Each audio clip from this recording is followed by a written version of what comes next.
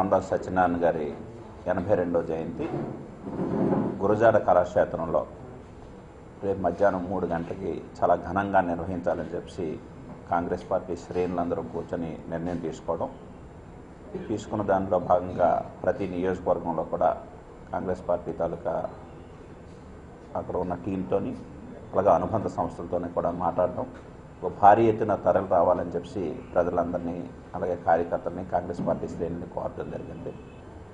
సాయంత్రం 3 గంటలకు గురజాడ కళాక్షేత్రంలో పెద్దలు ద్రోణరాజు సత్యనారాయణ గారు జన్మదిన కార్యక్రమం రేపు నిర్వహిస్తున్నారు. ఏ రకమైనటువంటి నిర్ణయాలు తీసుకోవాలన్న దానికి రేపు దిశ నిర్దేశించే కార్యక్రమమే ద్రోణరాజు సత్యనారాయణ గారు జన్మదిన కార్యక్రమం. ఆయన కొస వరకు కూడా ఆయన కాంగ్రెస్లో పుట్టి కాంగ్రెస్లో పెరిగి కాంగ్రెస్లోనే ఆయన పరమపదించారు. కాంగ్రెస్ పార్టీ ఆయన ఎప్పుడూ అంటుండేవారు, ఇందిరాగాంధీ నాకు రాజకీయ జీవితాన్ని ఇస్తే స్వర్గీయ రాజీవ్ గాంధీ గారు రాజకీయ పునర్జన్మనిచ్చారని.